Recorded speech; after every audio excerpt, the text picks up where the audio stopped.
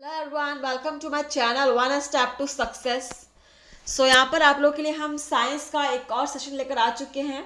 ठीक है। और यहाँ पे हम प्रिपरेशंस कर रहे हैं जनरल साइंस की जो अलग अलग एग्जाम्स होते हैं, TGT, PGT, KVS, NVS, DSSS।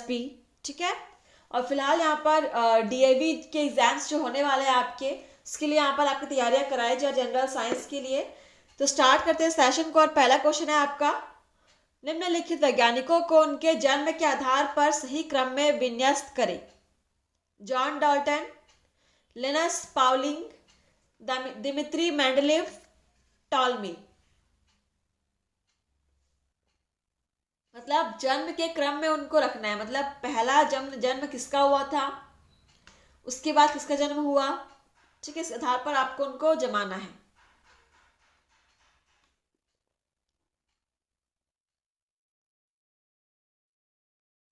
चलिए देखते हैं। यहाँ पर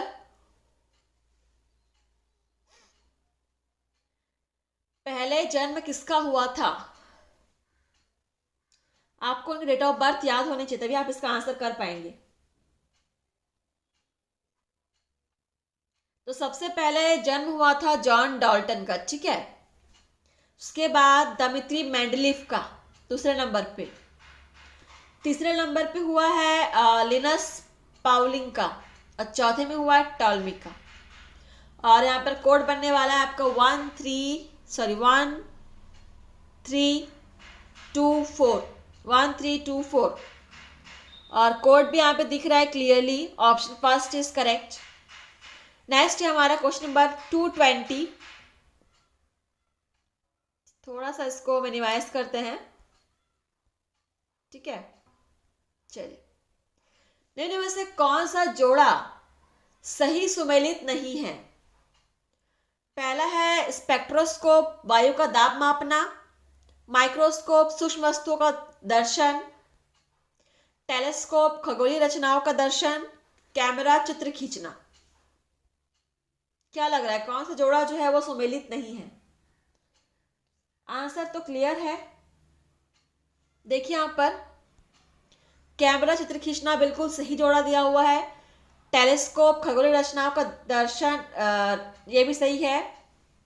ठीक है। माइक्रोस्कोप, सूक्ष्म वस्तु का दर्शन, ये भी सही है। लेकिन स्पेक्ट्रोस्कोप में वायु का दाब मापना ये सही नहीं है। ठीक है। यही आपका यहाँ पर एक जोड़ा सुमेलित नहीं है। Option first is correct. Question number 221। जहां पर आपके सूची 1 में विद्युत चुंबकीय विकिरण के प्रकार दिए हुए हैं और सूची 2 में आपके तरंग संगत तरंग दैर्घ्य दिए। जिसका तरंग दैर्घ्य कितना है आपको मैच करना है। रेडियो तरंगे, परावैंगनी तरंगे, दृष्टिगोचर प्रकाश, एक्स किरणें। तरंग दैर्घ्य के आधार पर इनको मैच कीजिए।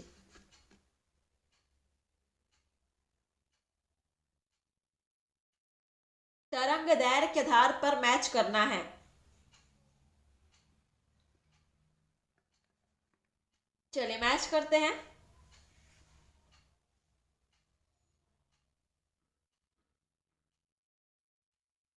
रेडियो तरंग का हो जाएगा आपका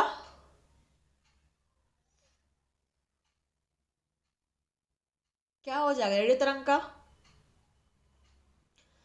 देखिए यहाँ पे रेडियो तरंग का हो जाएगा आपका ये 4 10⁻³ से 10⁵ ठीक है। और पराबैंगनी तरंग का हो जाएगा ये वाला 10⁻⁹ से 10⁻⁷। और दृष्टिगोचर तरंग प्रकाश का हो जाएगा ये पहला वाला। और एक्स किरण का हो जाएगा आपका 6। ठीक है। तो आपका यहाँ पर कोड बनने वाला है 4512 4512। ठीक है। चाहे तो स्क्रीनशॉट ले लीजिएगा। 4512 45 बिल्कुल यहाँ पे दिख रहा है मुझे। Option B is correct. और ये क्वेश्चन आपका IAS के एग्जाम में पूछा गया है। नेक्स्ट क्वेश्चन है आपका 222। निम्न कथनों पर विचार कीजिए। ऑप्शन है तुल्यकारी उपग्रह लगभग 10,000 किलोमीटर की ऊंचाई पर स्थापित किया जाता है। संगीत के एफएम संचरण के उत्तम प्रकार का होने का कारण है कि वायुमंडलीय अथवा कृत्रिम शोर जो सामान्यतः आवृत्ति परिवर्तन के रूप में होता है, इसके लिए अधिक हानिकारक नहीं होता। तो कथनों पर विचार कीजिए और सही कथनों का आपको चयन करना है। ठीक है, कथन जो सही है उसका आपको चयन करना है।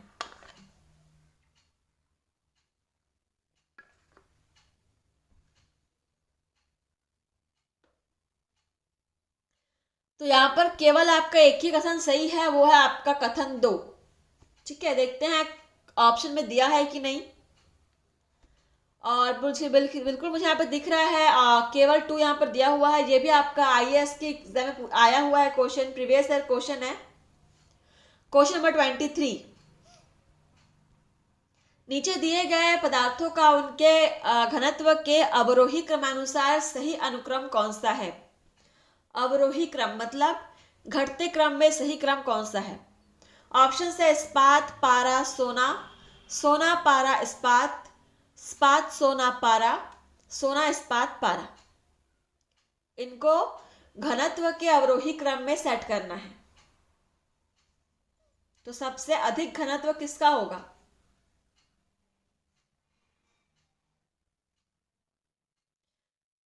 बिल्कुल, सबसे अधिक घनत्व हो जाएगा इस्पात का, उसके बाद सोना का, और सबसे कम घनत्व है पारे का। Option C is correct.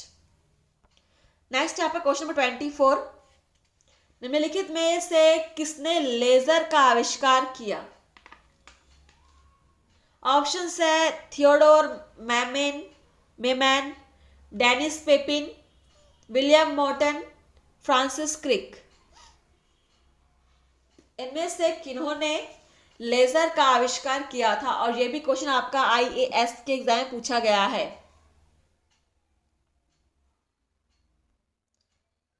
Laser का आविष्कार किसने किया था। थियोडोर मेमैन ने। ठीक है, option first is correct, note कर लेंगे, बहुत इंपॉर्टेंट क्वेश्चन है। नेक्स्ट है आपका 225 नंबर क्वेश्चन। विघटनाभिक पदार्थों द्वारा कौन सी विद्युत चुंबकीय विकिरण उत्सर्जित होती है। एक्स किरणें, रेडियो तरंग, सूक्ष्म तरंग, एक्स किरण।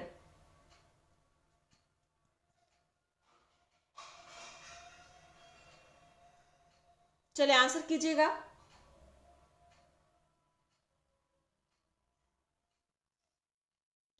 विघटनाभिक पदार्थों द्वारा एक्स किरण का उत्सर्जन होता है। ठीक है, एक्स किरण नामक विद्युत चुंबकीय किरण का उत्सर्जन होता है। चलिए नेक्स्ट क्वेश्चन देखिए, यहां से आपका भौतिक विज्ञान की क्वेश्चन स्टार्ट हो रहे हैं। तो पहला क्वेश्चन को हम थोड़ा सा देखेंगे ध्यान से। निम्नलिखित में से किस किरण के पूर्ण परावर्तन की घटना संभावना है।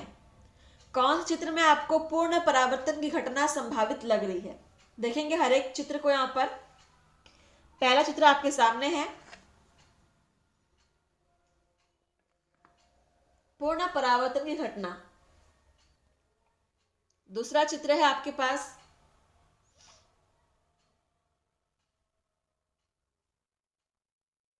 तीसरा ऑप्शन।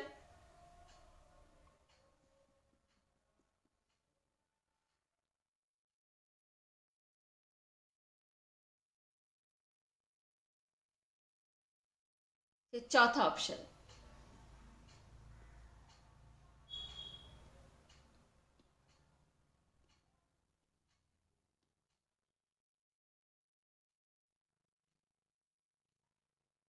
तो यहां पर देखिए पूर्ण परावर्तन की घटना जो है आपका किसमें बन रहा है। सबसे पहले पूर्ण परावर्तन के लिए प्रकाश की किरण को सघन माध्यम से विरल माध्यम में आना जरूरी है। तो यहाँ पर देखिए पानी में आ रहा है, मतलब वो सघन में आ रहा है, लेकिन हमको सघन से विरल में ले जाना है। यहाँ पर देखिए क्या हो रहा है।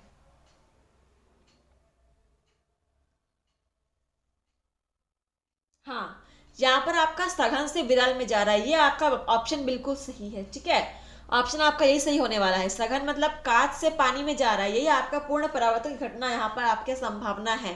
ठीक है, नेक्स्ट आपका क्वेश्चन नंबर 227, समान विमाओं वाला युग्म है। स्थितिज ऊर्जा, रेखीय संवेग, कोणीय संवेग, कार्य, कार्य बल, आघूर्ण, गतिज ऊर्जा या वेग। 4 ऑप्शंस है, समान विमाओं वाला युग्म कौन सा है? समान विमाओं वाला युग्म हो जाएगा कार्य बल और आघूर्ण। Option C is correct. Note कर लीजिएगा हर एक क्वेश्चन को। नेक्स्ट है आपका 228 नंबर क्वेश्चन। निम्नलिखित कथनों पर विचार कीजिए। ब्लूटूथ प्रौद्योगिकी दिए गए परिवेश के अनुरूपण को प्रयोग में लाती है। आभासी वास्तविकता मोबाइल फोन तथा कंप्यूटर के अंतर्योजन के लघु परास बेतार संबंध में प्रयोग में लाती है। चलिए, 2 ऑप्शंस आपके सामने हैं और आपको सही कथन का चयन करना है।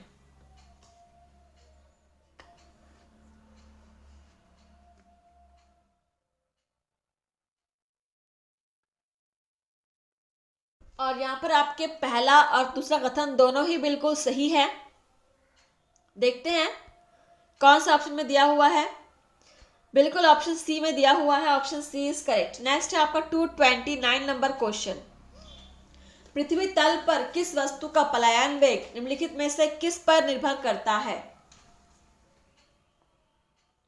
ऑप्शन है उस स्थान की ऊंचाई पर जहां से वस्तु प्रक्षेपित की गई है, वस्तु के द्रव्यमान पर, प्रक्षेपण की दिशा पर, उपरोक्त में से किसी पर नहीं।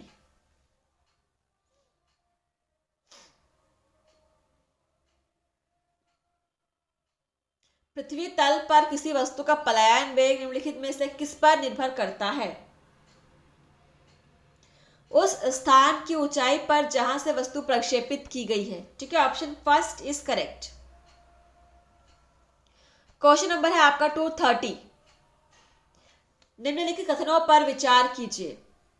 मेगावाट 220 वाट के तथ्यता बराबर है। 1 बाइट आंकड़ों की ऐसी इकाई है जिसकी लंबाई 8 द्विधारी अंक है। एक द्वयांक का एकल द्विआधारी मान 0 अथवा 1 होता है। तो इनमें से कौन सा कथन सही है? अच्छे से पढ़ के समझ के आंसर करेंगे और जितना हो सके आप क्लास को शेयर कीजिएगा।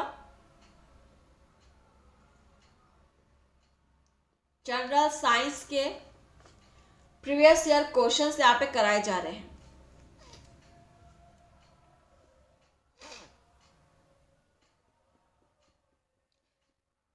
सो यहाँ पर देखिए आपका फर्स्ट, सेकंड और थर्ड तीनों ऑप्शन से बिल्कुल सही सही बोले गए हैं। ठीक है, तीनों ही सही हैं। देखते हैं कौन से ऑप्शन में दिया हुआ है। Option D is correct. Question number 231। Police द्वारा अति तीव्र गति से चल रही गाड़ियों को पकड़ने वाला यंत्र निम्नलिखित में से किस एक पर आधारित है? डॉपलर प्रभाव, केर प्रभाव, टॉमसन प्रभाव या सिबेक प्रभाव? बहुत ही अच्छा क्वेश्चन है।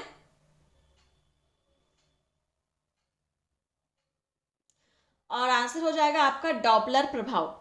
ठीक है, डॉपलर प्रभाव is right answer. Question number 232। निम्नलिखित में से किसने चलचित्र प्रक्षेपित्र का आविष्कार किया?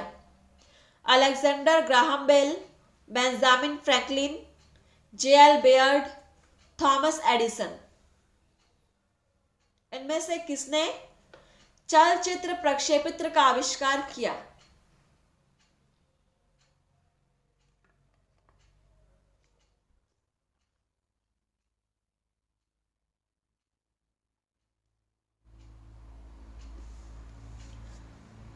जे.एल. बेयर्ड ने।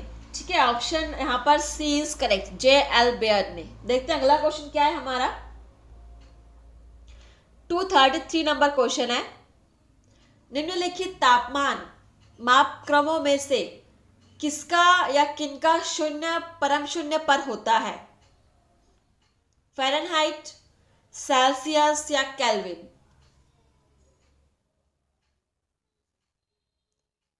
समझिए क्वेश्चन को, उसके बाद आंसर कीजिए।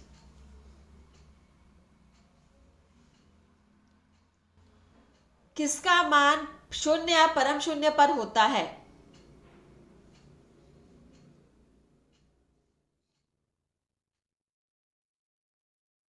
और यहाँ पर आंसर हो जाएगा केल्विन। ठीक है, केवल केल्विन का ही होता है यहाँ पर। देखते हैं कहाँ पर दिया हुआ है आपका। बिल्कुल दिया हुआ है केवल 3। नेक्स्ट है आपका क्वेश्चन नंबर 234। प्रतिदीप्तिशील ट्यूब में चोक कुंडली किस कारण होती है? ऑप्शंस है, यह लाइन वोल्टता को अपचयन करती है, यह धारा को नियंत्रित करती है ताकि वह निरंतर गिरती ना जाए, यह लाइन वोल्टता का उच्चयन करती है, यह धारा को नियंत्रित करती है ताकि वह निरंतर बढ़ती ना जाए।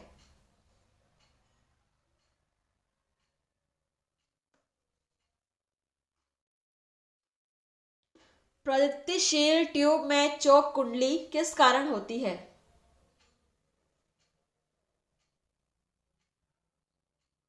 ताकि यह धारा को नियंत्रित करती है ताकि वह निरंतर गिरती ना जाए। Option B is correct.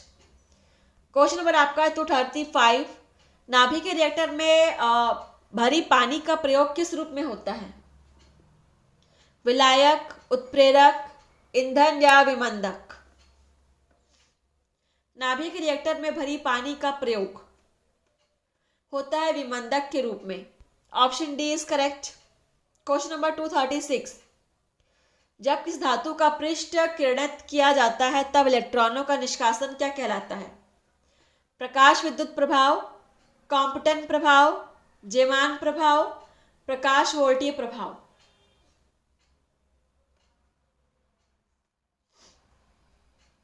जब किस धातु का पृष्ठ किरणित किया जाता है तब इलेक्ट्रॉनों का निष्कासन क्या कहलाता है?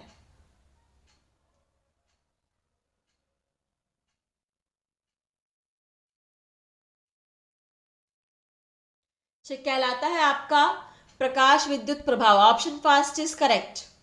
नेक्स्ट क्वेश्चन नंबर है 237 नंबर क्वेश्चन देखिए। दो बालक लोहे की नलिका के दो विपरीत सिरों पर हैं। एक बालक नलिका के एक सिरे को पत्थर से टकराता है। निम्नलिखित कथनों में से कौन सा सही होगा? ठीक है, पढ़ते हैं यहाँ पर। वायु तथा लोहे से होकर ध्वनि एक दूसरे सिरे तक पहुंचने की समयावधि समान है।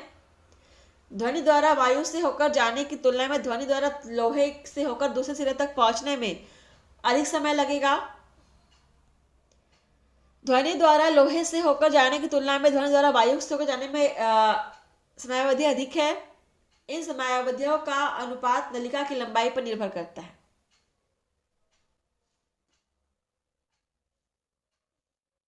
क्वेश्चन को पढ़िए, समझिए और आंसर कीजिए।